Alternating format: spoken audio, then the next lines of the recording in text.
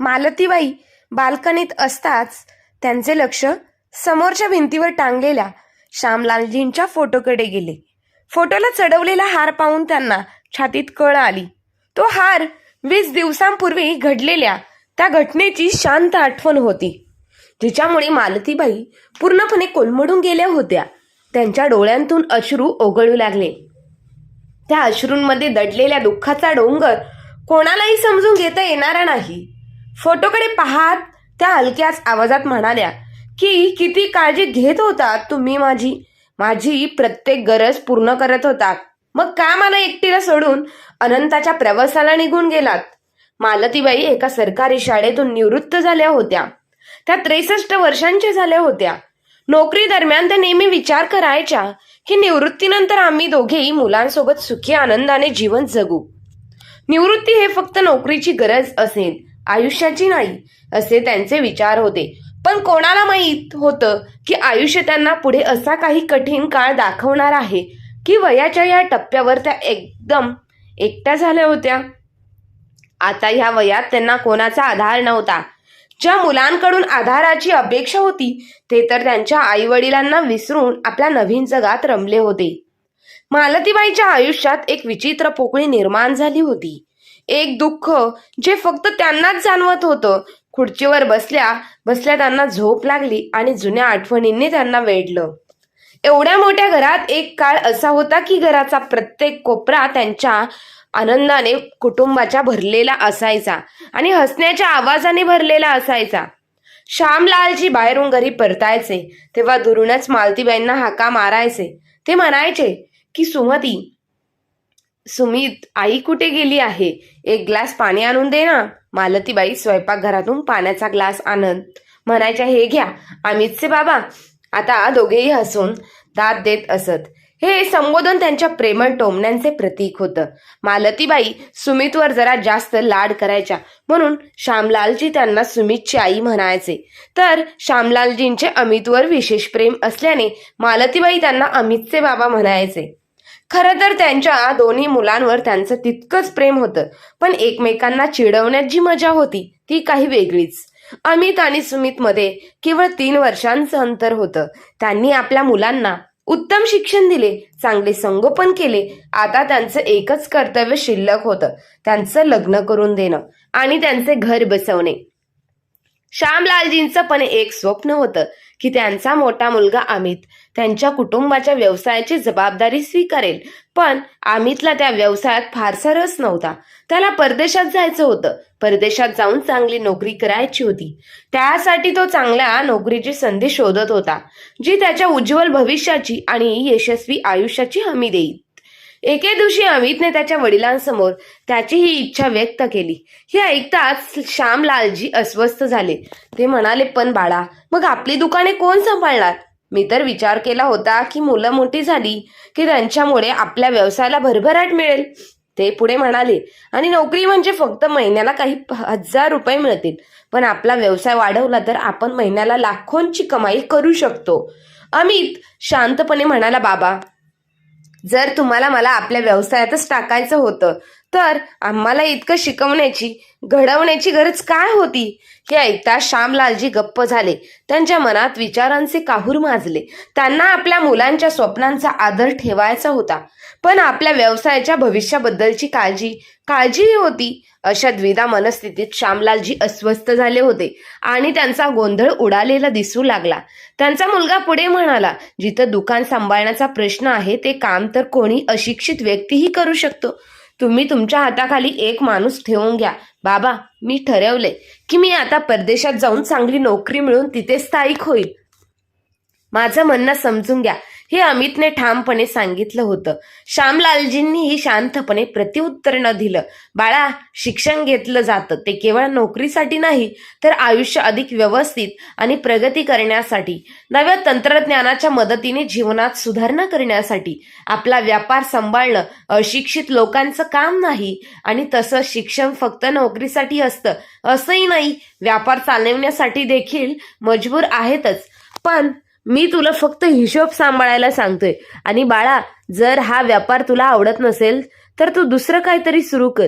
जर तुला व्यवसाय करायचा नसेल तर नोकरी करण्यास मलाही काही हरकत नाही, पण कमीत कमी आपल्या देशात तर राहा, आपल्या आईवडिलांच्या डोळ्यांसमोर तर राहशील. श्यामलालजींनी त्याला खूप समजवण्याचा प्रयत्न केला, पण अमित काही ऐकण्याच्या मनस्थितीत नव्हता. त्याने तुटक उत्तर दिलं, बाबा, माझी स्वप्न मोठी आहेत, त्यासाठी मला परदेशातच गाठवावं लागणार आहे. इथे राहून माझ्या क्षमतांचा उपयोग होणार नाही. तेव्हा सुमितने हस्तक्षेप न करत म्हटलं, अरे दादा, हे तू काय बोलत आहेस? ज्यांनी आपल्याला जन्म दिला, मोठं केलं, त्यांचं सगळं आयुष्य आपल्यासाठी समर्पित केलं, त्यांना सोडून जाण्याचा तू विचार कसा करू शकतोस? अमितने त्याच्या बोलण्याचा उपहास केला. सुमित, तुला जर आई वडिलांचं बोट धरून चालायची सवय आहेस तू तर कधीच यशस्वी होऊ शकणार नाहीस. तू बघ, जग किती पुढे गेलंय आणि तू मात्र त्या जुन्या विचारांच्या चौकटीत अडून राहिला आहेस. पण मी तुझ्यासारखा नाही. मी स्वतंत्र आहे आणि मला आयुष्यात मोठं व्हायचंय. अमित कोणाचाही काही ऐकायला तयार नव्हता. अखेर आई वडिलांनी गप्प राहणं पसंत केलं. खूप प्रेमानंतर, प्रयत्नानंतर अमितने शेवटी विजय मिळवला आणि मग एक दिवस विमानात बसून अमेरिकेला निघून गेला. डॉलरच्या जगमगाटात त्याला आपल्या वृद्ध आईवडिलांची आठवण सुद्धा झाली नाही. ना त्यांच्या गरजा कधी जाणवल्या, ना आपल्या जबाबदारीचं भान राहिलं. आता तो फक्त स्वतःच्या स्वप्नांच्या मागे धावत होता. मुलगा अशा प्रकारे परदेशात निघून गेला, त्यामुळे मालतीबाईंना खूप दुःख झालं. त्यावर श्यामलालजी विचारमग्न होऊन म्हणाले, काहीच हरकत नाही मालती, आजकालची पिढी आहे, आपल्या मर्जीने जीवन जगण्याची इच्छा ठेवतात. त्यावर मालतीजी म्हणतात, पण आई वडील तर आपल्या मुलांसाठी आयुष्यभर झटत असतात. जन्मालापासून ते त्यांना मोठं करण्यापर्यंत त्यांच्या प्रत्येक गरजा पूर्ण करण्यात, त्यांची प्रत्येक इच्छा पूर्ण करण्याचा प्रयत्न करतात. मग का म्हणून मुलं केवळ स्वतःच्या भविष्याबद्दल विचार करतात आणि इच्छेबद्दल विचार करतात? आई वडिलांचे दुःख आणि त्यांची गरज का त्यांना कळत नाही? हे सांगताना मालतीबाईंचा आवाज अश्रूंनी ओलसर झाला. श्यामलालजी यांनी त्यांना समजावत म्हटलं, मालती, काळजी करू नकोस. आजकालची पिढी स्वतःच्या पद्धतीने जगायचं ठरवते. आपण आपलं कर्तव्य निभावले, अमितला त्याच्या मनासारखं जगू दे. हे सर्व बोलत असताना श्यामलालजी आतून खूप खचले असतात, पण आपल्या बायकोला त्रास होऊ नये म्हणून ते हे सर्व बोलत होते. ते पुढे म्हणतात, अमित गेला तर काय झालं? आपल्याकडे आपला सुमित आहे ना. मित्रांनो, सुमित लहानपणापासूनच शांत आणि लाजाळू स्वभावाचा होता. मोठ्या भावाच्या अगदी उलट त्याला अजूनही आईवडिलांच्या आधाराने चालायची सवय होती. अमित परदेशात गेल्यानंतर श्यामलालजी आणि मालतीबाईंना सुमितकडून खूप काही अपेक्षा होत्या. कमीत कमी अमित सारखा नव्हता तो. जेव्हा अमित गेला तेव्हा सुमितने आपल्या आईवडिलांना घट्ट मिठी मारत म्हटलं होतं की, आई बाबा, मला जगातील सर्व संपत्ती, सोनं चांदी जरी मिळाली तरी मी तुम्हाला कधी सोडू जाणार नाही. त्याच्या या शब्दांनी त्यांचे मन शांत झाले होते. या शब्दांमुळे त्यांनी स्वतःला सावरलं होतं. पण नियतीने वेगळाच खेळ खेळला. सुमितच्या आयुष्यात सौम्य आली आणि सौम्य अतिशय देखणी होती. तिच्या सौंदर्याने सुमित तिच्या प्रेमाच्या जाळ्यात फसला होता. सौम्या अशी मुलगी होती जिला अशा व्यक्तींची गरज होती, ज्याचं स्वतःचं मत नसेल आणि ज्याला ती स्वतःच्या इच्छेनुसार वागवू शकेल. सुमित लग्नासाठी परफेक्ट मटेरियल होता. सौम्याचं मत होतं की जर नवरा प्रत्येक गोष्टीला हो म्हणणारा असेल तर बायको अधिक आनंदी राहते. सुमित तिच्या रूपाच्या मोहात इतका गुंतला होता की त्याला आपल्या आईवडिलांची आठवणही राहिली नाही. सौम्या त्याचं जग बनली आणि त्याच्या वर्तनात अचानक बदल झाला होता. त्याचे कामात मन लागत नव्हते. बाहेरून जेवण करून घेऊन येऊ लागला आणि घरी उशिरा यायला लागला होता. मालतीबाईंना हळूहळू जाणवलं होतं की सुमित वेगळा वागू लागला आहे आणि त्यामध्ये बदल झाला आहे. सौम्या श्रीमंत आणि मॉडर्न कुटुंबातील मुलगी होती. 2 भावांच्या मध्ये ती एकुलती एक बहीण होती आणि तिच्या वडिलांची ती खूप लाडकी होती. तिच्या लहानपणीच तिच्या आईचं निधन झालं होतं आणि तिच्या वडिलांनी तिला खूप प्रेम आणि लाडात वाढवलं होतं. तिच्या वडिलांचा कोट्यावधींचा व्यवसाय होता, ज्याच्या शाखा अनेक शहरांमध्ये पसरलेल्या होत्या. त्यांच्या तुलनेत सुमितच्या वडिलांचा एक व्यवसाय अगदी छोटासा होता. कॉलेजमधील अर्ध्याहून अधिक मुलं सौम्याच्या रूपावर मोहित होते. अशा परिस्थितीत सौम्या सुमितला मिळाली. यामुळे सुमितलाही वाटायचं की तिने त्याच्यावर फार मोठे उपकार केले आहेत. एके दिवशी रोजच्या सारखं कॅन्टीनमध्ये बसून कोल्ड्रिंक्स पिताना सौम्याने सुमितला विचारलं, सुमित, तुझे आई वडील आमच्या घरी कधी येणार आहेत? माझ्या बाबांना तुझ्या कुटुंबियांना भेटायचं आहे. सुमित जरा गोंधळून म्हणाला, पण सौम्या, तुझ्या बाबांना माझ्या आई वडिलांना का भेटायचं आहे? मला भेटून त्यांना आनंद झाला नाही का?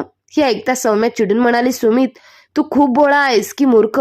जर त्यांना तुझ्याशी भेटून आनंद झाला नसता तर ते तुझ्या आई वडिलांना भेटायची इच्छा का व्यक्त करतील? त्यांना आपल्या लग्नाच्या विषयावर बोलवायचं आहे आणि अशा गोष्टी तर घरचे मोठे लोकच ठरवतात ना. तू असं कर, ह्या रविवारी तुझ्या आई वडिलांना आमच्या घरी पाठव. त्यानंतर माझे बाबा परदेशी जाणार आहेत आणि मला वाटतं त्याआधी आपल्या लग्नाची तारीख निश्चित व्हायला हवी, नाहीतर ही गोष्ट कितीतरी महिने लांबेल. सुमित थोडा अवालदिल झाला आणि म्हणाला, सौम्या, मी अजूनपर्यंत माझ्या आई वडिलांशी याबद्दल काहीच बोललो नाही. सौम्या वैतागून म्हणाली, अरे मग त्यांच्याशी बोल ना. माझ्याबद्दल तुला मी कुठे कमी वाटत आहे का, जो तू माझ्याबद्दल बोलायलाही घाबरतोयस? सुमित गडबडून म्हणाला, सौम्या, मी असं कधी म्हणालो का? मला फक्त थोडी भीती वाटते. स्वतःचं लग्न ठरवायची गोष्ट स्वतःच कशी बोलायची असं मला वाटतं. सौम्या त्याला रागानेच म्हणाली, एक गोष्ट सांग, तुझे आई वडील तुला अजूनही लहान मूल समजतात का, की तू स्वतःला लहान मूल समजायला बसलायस? मला सांग. तू सांगणार नशील तर मी जाऊन त्यांच्याशी बोलते. सुमित आता भ्रमात संभ्रमात पडला होता. सौम्याच्या दबावाखाली त्याला काय करावं हे समजत नव्हतं. त्याला सौम्याच्या अपेक्षांवर खरं उत्तरायची इच्छा होती, पण त्याच वेळेस त्याच्या आईवडिलांशी बोलण्याचा विचार त्याला अधिक अस्वस्थ करत होता. सुमित घाबरून म्हणाला, अरे नाही सौम्या, तसं काहीच नाही. तसं काही करू नको. जर तू असं काही केलंस तर माझे आईवडील कोणतीही चर्चा न करता ह्या नात्याला नकार देतील. हे ऐकून सौम्या आश्चर्याने म्हणाली, असं का? इतक्या छोट्या गोष्टींवर नकार का देतील? तुमच्या कुटुंबात मुलींना आपली मानण्याचे अधिकार नाही का? त्यांना स्वतःची इच्छा व्यक्त करण्याची मुभा नाही का? सौम्याचं बोलणं ऐकून सुमित गोंधळून गेला. तो विचार करू लागला की सौम्याला कसं समजायचं.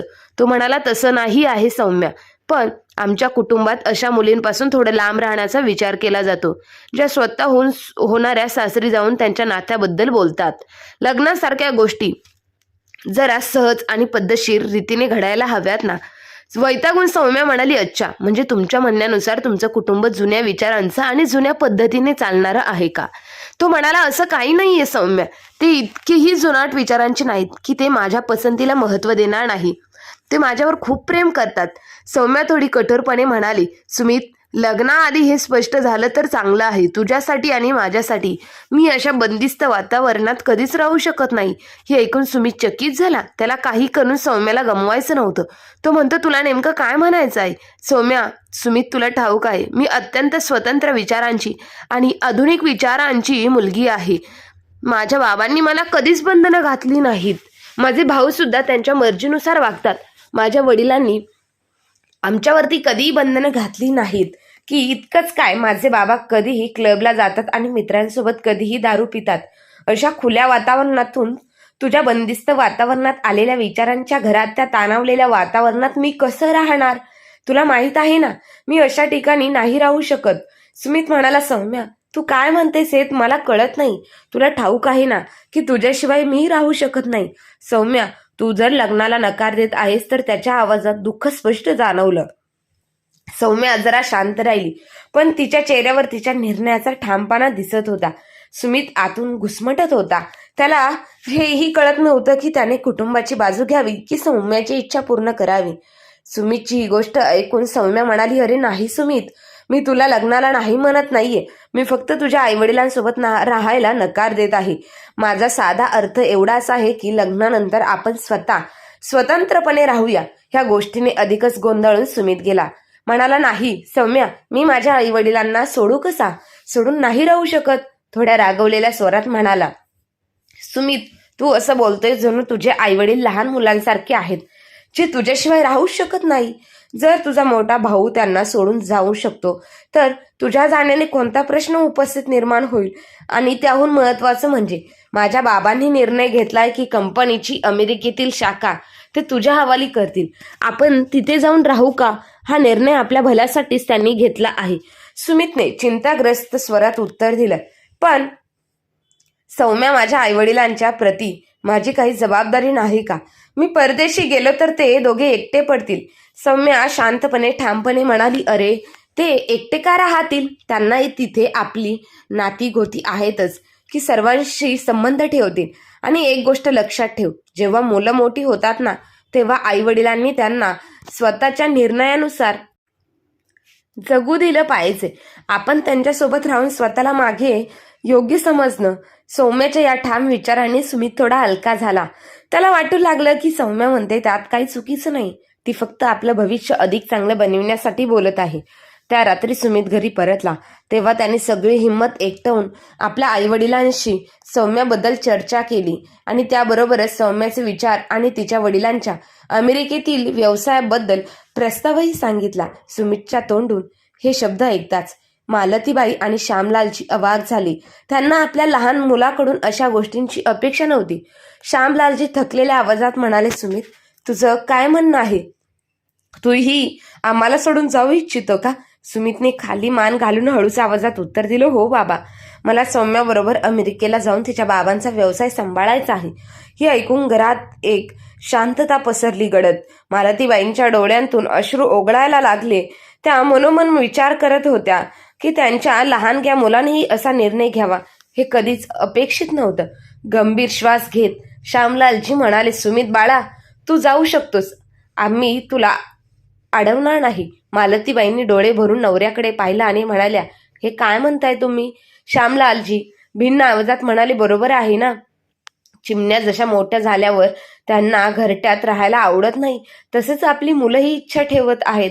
ते फक्त स्वतःच्या स्वातंत्र्याचा आनंद घेऊ इच्छितात. घरट्यात ते फक्त तेव्हाच राहतात जोपर्यंत उडू शकत नाही. आपलं पिल्लूही मोठं झालंय. हे बोलताना त्यांच्या डोळ्यांतून अश्रू ओघळले. हे ऐकून सुमित आनंदित झाला. त्याने ताबडतोब सौम्याला फोन करून ही गोष्ट सांगितली. काही दिवसातच त्याने सौम्याशी लग्न केलं.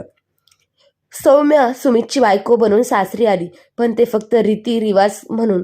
काही दिवसांनी ती परत माहेरी गेली, मात्र एकटी नाही, सुमितलाही सोबत घेऊन गेली. या सर्व घटनेमुळे थोड्याच दिवसात श्यामलालजी यांची तब्येत खूप खराब झाली होती. दुकान सांभाळणं आता त्यांच्या आवाक्याच्या बाहेर झालं होतं.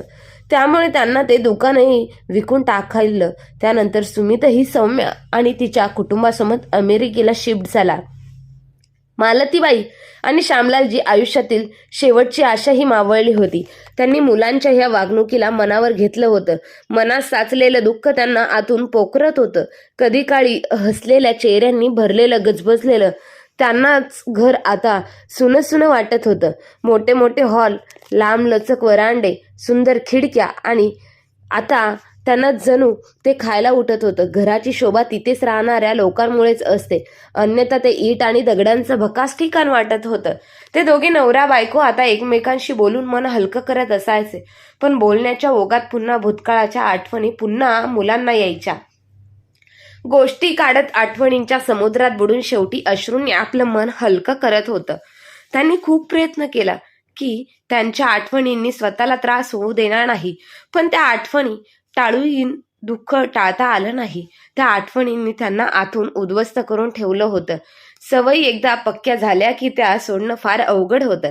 मालतीबाई बहुतांश वेळा स्वतःला घरकामात व्यस्त ठेवत होत्या आणि श्यामलालजी दिवसभर पेपर वाचून वेळ घालवत होत्या. अधूनमधून ते मालतीबाईंना बातम्याही सांगत राहायचे. दोघे एकमेकांच्या साथीने दिवस काढत होते. एके दिवशी अंगणात बसून श्यामलालजी सौम्य उन्हाचा आस्वाद घेत पेपर वाचत बसले होते, तर मालतीबाई स्वयंपाकघरात भाजी करत होत्या. काम करत करता मालतीबाईंनी स्वयंपाकघराच्या खिडकीतून आवाज दिला, काय हो, आज बातम्या नाहीत का सांगायला? परंतु श्यामलालजी यांनी काहीच उत्तर दिलं नाही. ते असं वाटत होतं की ते शांतपणे पेपर वाचण्यात मग्न आहेत. काही वेळ गेला तरी त्यांनी काही बोललं नाही. मालतीबाईंना त्यांचं वागणं थोडं विचित्र वाटलं, म्हणून त्या स्वयंपाकघरात बाहेर आल्या. बाहेर आल्यावर पाहतात तर पेपर खाली पडला होता आणि श्यामलालजी खुर्चीत डोकं मागे टेकून आकाशाकडे पाहत होते. मालतीबाईंच्या मनात शंका आली. त्या जवळ गेल्या आणि त्यांना हलवून श्यामलालजींना हलवून पाहिलं, पण ते त्यांच्या गळ्याला झुकत आलं होतं. त्यांचं शरीर निष्प्राम झालं होतं. हे पाहता श्यामलालजींच्या मालतीबाईंच्या तोंडून एक हृदय विदारक किंचाळी बाहेर निघाली आणि त्या फुटफुटून रडू लागल्या. थोड्याच वेळात शेजारी आणि नातेवाईकही गोळा झाले. श्यामलालजींच्या मुलांना फोन करून त्यांची बातमी कळवण्यात आली. दोन्ही मुलं फोनवरच दुःख व्यक्त करत पण सांगितलं की त्यांना येण्यासाठी वेळ लागेल, त्यामुळे त्यांना त्यांच्या वडिलांच्या अंत्यसंस्कारात सहभागी होता येणार नाही. त्यांनी सांगितलं की वडिलांचे अंत्यसंस्कार त्यांच्या अनुपस्थितच करावं. मुलं अधिकच त्यांना विसरून बसली होती. पण नवऱ्याच्या निधनानंतर मालतीबाई पूर्णपणे कोलमाडून गेल्या होत्या. वरून नातेवाईकांचे शब्द जणू त्यांच्या मनावर घाव घालत होते. नातेवाईकांपैकी एक महिला म्हणाली, आईबाप जीवाचा आटापिटा करून मुलांना मोठं करतात, सारं त्यांचं आयुष्य त्यांच्या मुलांसाठी घालवतात, प्रत्येक कष्ट स्वतः सहन करतात, पण आपल्या मुलांवर संकट येऊ देत नाही आणि याची काळजी घेतात. जेव्हा मुलं मोठी होतात तेव्हा ते आपल्या आईवडिलांना विसरून जातात. ज्या आईवडिलांच्या वृद्धपकाळाचा आधार मानलं पाहिजे तेच मुलांच्या जीवनात कुठेच दिसत नाहीत.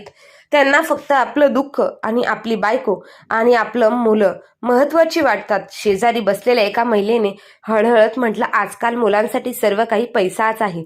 नात्यांना पैशाने स्थान घेतलं आहे. मर्यादा तुटत असेल तर तुटू दे. तिच्या या शब्दांना इतर महिलाही अनुमोदन देत होत्या.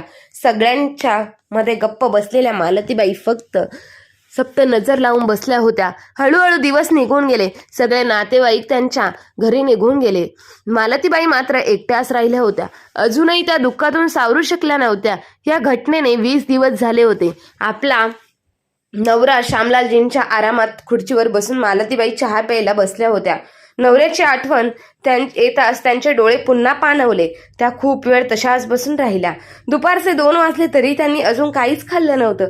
चहाही तसाच ठेवला होता. तेवढ्यात दारावरची बेल वाजली. मालतीबाईंनी स्वतःला सावरलं. आपली अस्ताव्यस्त अवस्था सुधारली आणि डोळ्यातले अश्रू पुसत दरवाजा उघडायला समोर गेल्यावर त्यांना समोर त्यांची बालपणाची सखी रेखा उभी दिसली.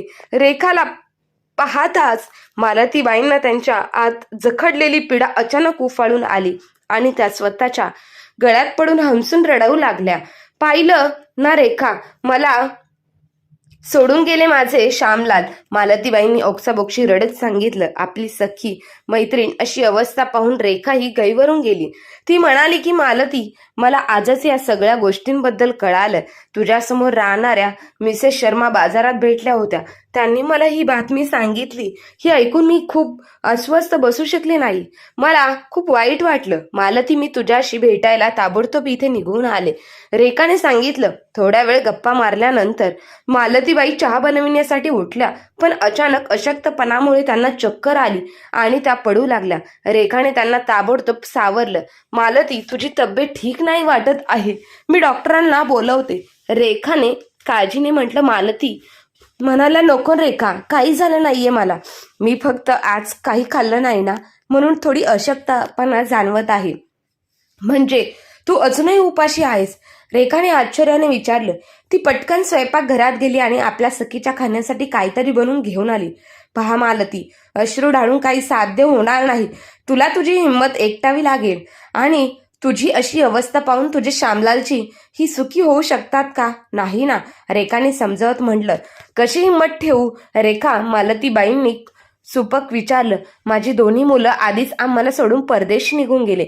आता माझा नवरा देखील मला सोडून गेला आहे.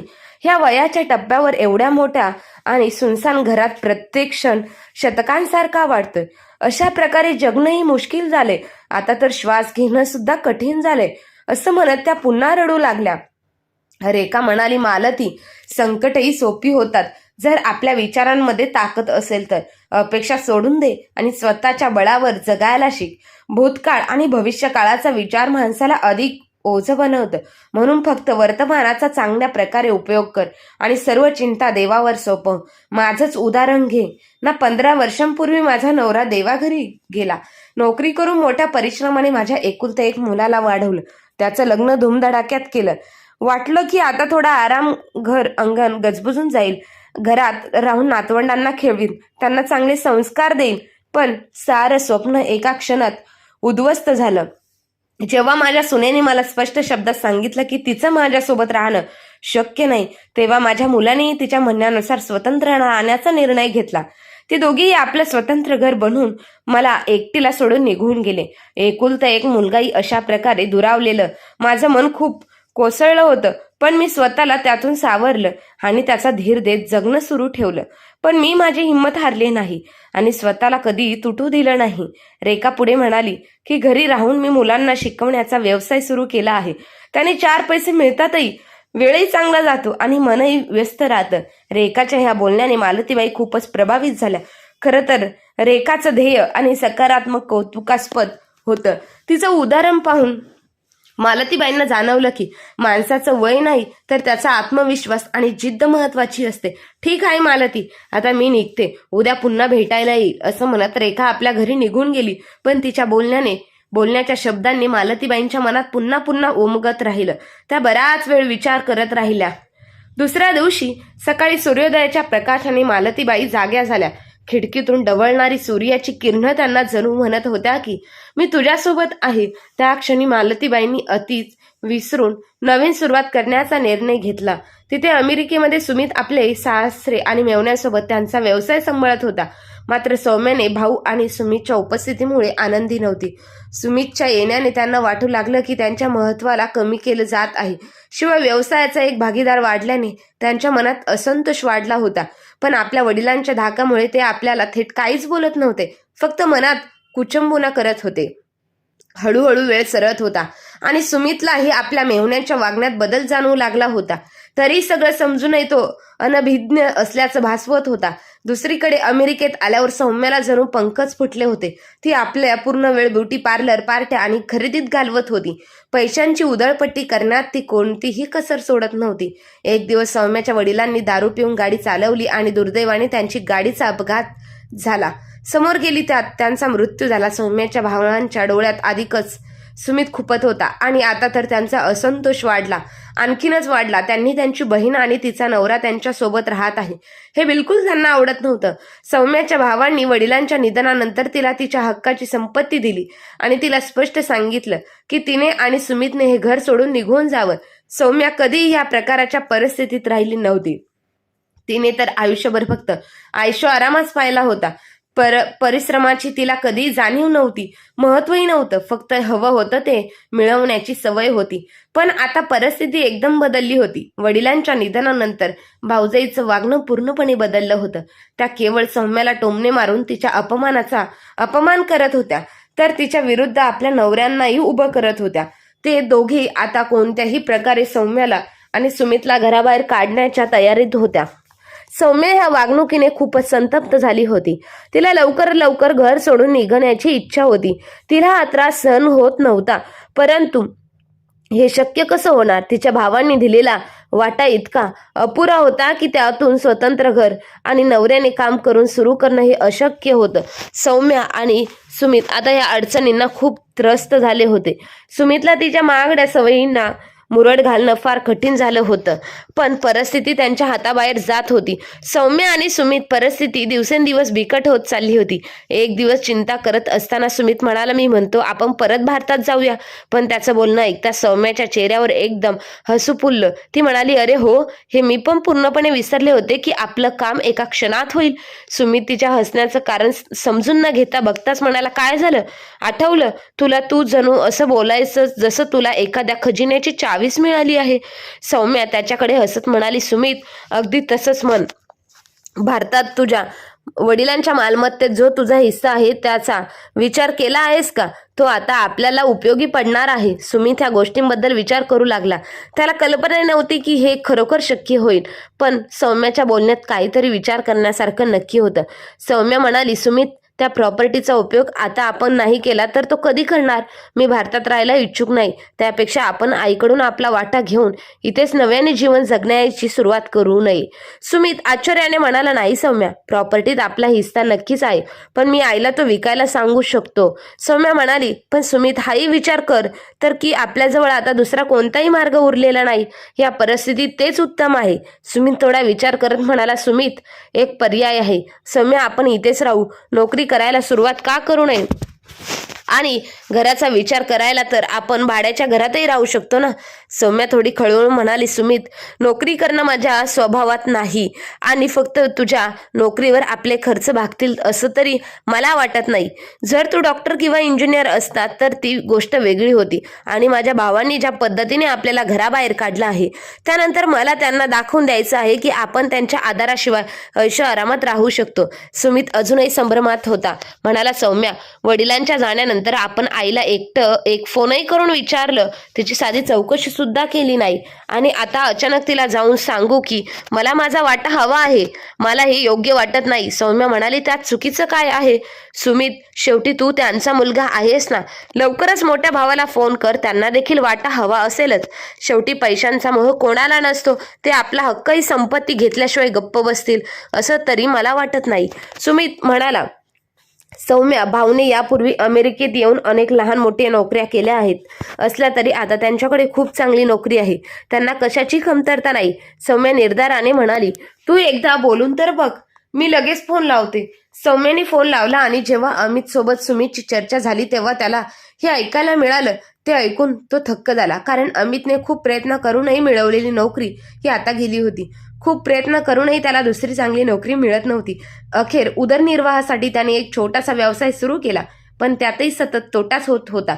तो इतर आधीच भारतात जाऊन आईकडून मदत मागायचा विचार करून बसला होता. भाऊंच्या एकमेकांशी बोलल्यानंतर त्यांनी एकत्र घरी जाऊन आपला वाटा मागायचा निर्णय घेतला. आज अमित तब्बल 8 वर्षांनी आणि सुमित 6 वर्षांनी आपल्या घरी परतत होते. एअरपोर्टवर उतरल्यावर त्यांनी टॅक्सी घेतली आणि घराकडे निघाले. टॅक्सीत बसून ते आपल्या शहराच्या रस्त्यावर आणि गल्ली बोळत जात होते, जिथे कधी काळी ते बिनधास्तपणे भटकत असायचे. जणू कालच्याच गोष्टी असाव्यात इतकी स्पष्ट आठवण त्यांना देत होती. सुमित म्हणाला, ते दिवस किती सुखाचे आणि आनंदाचे होते ना. कोणतीही चिंता नाही, कोणतीही अडचण नाही, कारण त्या सगळ्या अडचणी आई आणि बाबा स्वतःच्या खांद्यावर घेत होते. आपल्याला कधीही संकट आलं नाही तर ते त्यांच्या समोर भिंत उभी असे. जोपर्यंत ते आपल्या सोबत होते तोपर्यंत आपल्याला कोणत्याही प्रकारची अडचण जाणवलीच नाही, कारण त्यांच्या पालकांनी सगळ्या अडचणींना स्वतःसाठी स्वीकारलं होतं. मात्र प्रगती, संपन्नता आणि पैशांच्या लोभापायी ते केव्हाच आपल्या जन्मदात्यांना सोडून दूर निघून गेले होते. आज त्यांचे डोळे अश्रूंनी भरून आले होते जेव्हा त्यांची टॅक्सी घराच्या दाराच्या समोर येऊन थांबली आणि ते टॅक्सीतून खाली उतरले. तेव्हा घराचं दृश्य पाहून ते दोघे आश्चर्यचकित झाले. घराभोवती सणासारखं वातावरण दिसत होतं. आश्चर्याने अमित आणि सुमित एकमेकांकडे पाहत होते. त्यांची नजर पुढच्या फलकावर गेली, जिथे मोठ्या अक्षरात लिहिलं होतं, श्री श्यामलाल मेमोरियल स्कूल. खरं तर मालतीताईंनी घराची दुरुस्ती आणि नूतनीकरण करून घेतलं होतं. ते एका शाळेत रूपांतरित केलं होतं. आजच्या काळात जिथे शाळा शिक्षणाचे मंदिर न राहता फक्त एक व्यापार बनला आहे, तिथे मालतीबाईंनी आपल्या सखी रेखाच्या मदतीने एका अशा शाळेची स्थापना केली की अत्यंत कमी फी आकारली जात होती आणि गरीब लोकांसाठी शिक्षण पूर्णपणे मोफत दिलं जात होतं. एवढंच नव्हे तर त्या मुलांना एक वेळ अन्नही दिलं जात होतं. काळ जसा जसा पुढे गेला तसं इतर लोक आणि सामाजिक संस्था त्यांना समजलं की मालतजी गरीब मुलांना शिकवण्याचं काम सुरू केलं आहे, तेव्हा ते मदतीसाठी पुढे आले. हळूहळू हा उपक्रम खूप वाढत गेला. शाळेसाठी एक ट्रस्टही स्थापन करण्यात आली. शाळा सुरू झाल्यानंतर 2 वर्षांनी शेजारची इमारत खरेदी करून तीही शाळेत सामील करण्यात आली.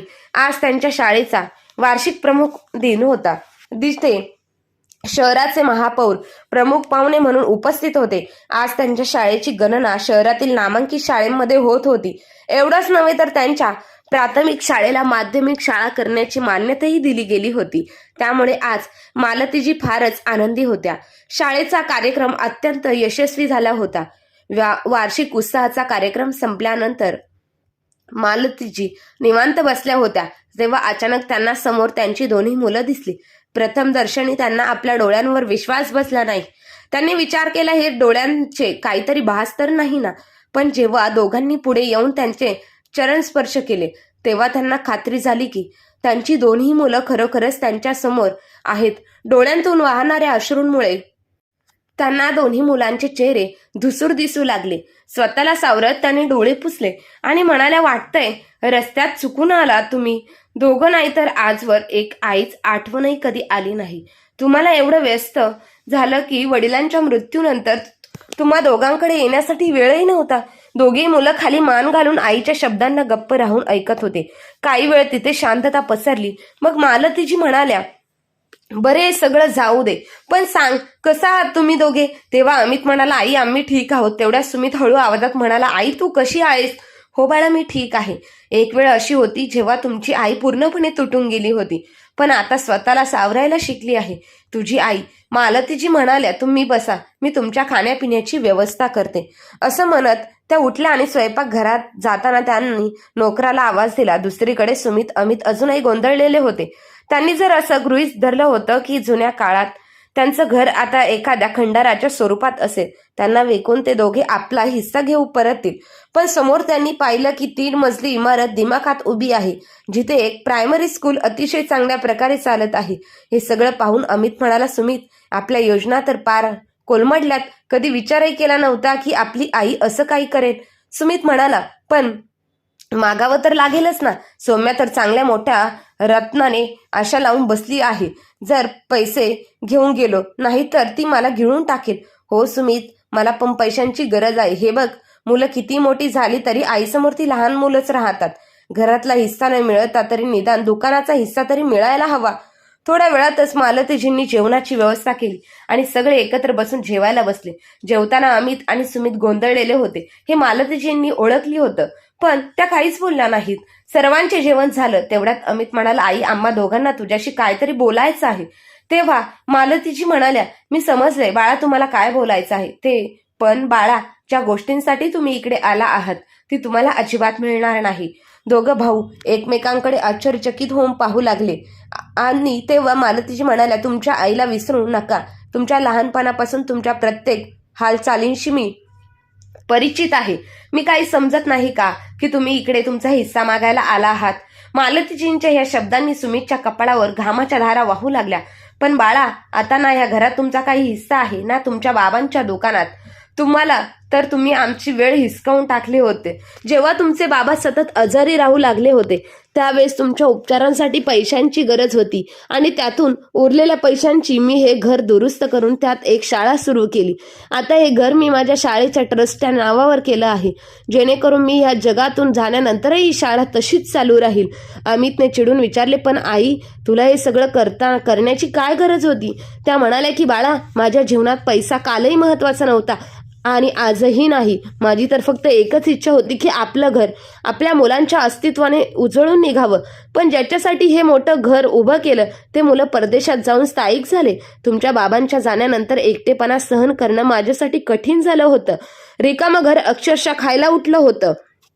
म्हणूनच ठरवलं लोकांची मदत घेऊन थोडं पुण्य कमवावं आणि समाजसेवेसाठी स्वतःला वाहून टाकावं. त्यातून आयुष्यालाही काही अर्थ मिळेल. आणि पहा, मी एक पाऊल पुढे टाकलं तर देवाने माझी साथ दिली. आजकाल कसा वेळ जातो कळतही नाही. एकटेपणाने आता माझ्या आसपासही फिरत नाही. आणि हो बाळा, ही गोष्ट तर तुम्ही मला शिकवली होती की मुलं मोठी झाली की त्यांना त्यांच्या आयुष्यावर जगू द्यावं, त्यांना पायाला बांधून ठेवू नये. मी फक्त तुमच्या शिकवणीवर अंमल केला आहे. तेवढ्यात शिकबा यांनी येऊन सांगितलं, मॅडम तुम्हाला कोणीतरी भेटायला आलं आहे. मालतीजी म्हणाले, ठीक आहे, सांगताना ऑफिसमध्ये बसायला सांगा, मी येते. चला बाळा, मला काम आहे ते करून मी परत येते, तोपर्यंत तुम्ही आराम करा. असं म्हणत मालतीजी तेथून निघून गेल्या. मालतीजींचे उत्तर ऐकून अमित आणि सुमितचे मन रागाने भरून गेले. त्यांना स्वतःचा अपमान झाल्यासारखं वाटलं, पण त्याच वेळेस त्यांच्या आईच्या आत्मनिर्भरतेने त्यांना आश्चर्यचकित केलं. दुसऱ्या दिवशी त्या दोघेही आपलं सामान घेऊन आईशी न बोलता अमेरिकेला निघून गेले. ही कथा आपल्याला काय शिकवते? तर प्रत्येक आईवडिलांनी हे शिकवते की जर तुमची मुलं तुमच्यासोबत अशा प्रकारे वागू लागले तर तुम्ही स्वतःला त्रास न देता त्या परिस्थितीवर मात केली पाहिजे आणि जीवन जगण्याचा संघर्ष करायला कधीच सोडायचं नाही. ही कथा प्रत्येक मुलांना शिकवते की आईवडील म्हातारे झाले की त्यांच्यासाठी ओझं आहेत असं समजू नये, तर त्यांना कमी समजू नका. ते त्यांच्या आयुष्याची जबाबदारी उचलू शकतात आणि हो, स्वतःचा नवीन जग उभारू शकतात. तर मित्रांनो, तुम्हाला ही गोष्ट कशी वाटली हे नक्की कळवा. तुम्हाला ही कथा आवडली असेल तर व्हिडिओला लाईक करा आणि कमेंट करायला विसरू नका. चॅनलला सबस्क्राईब नक्की करा. धन्यवाद.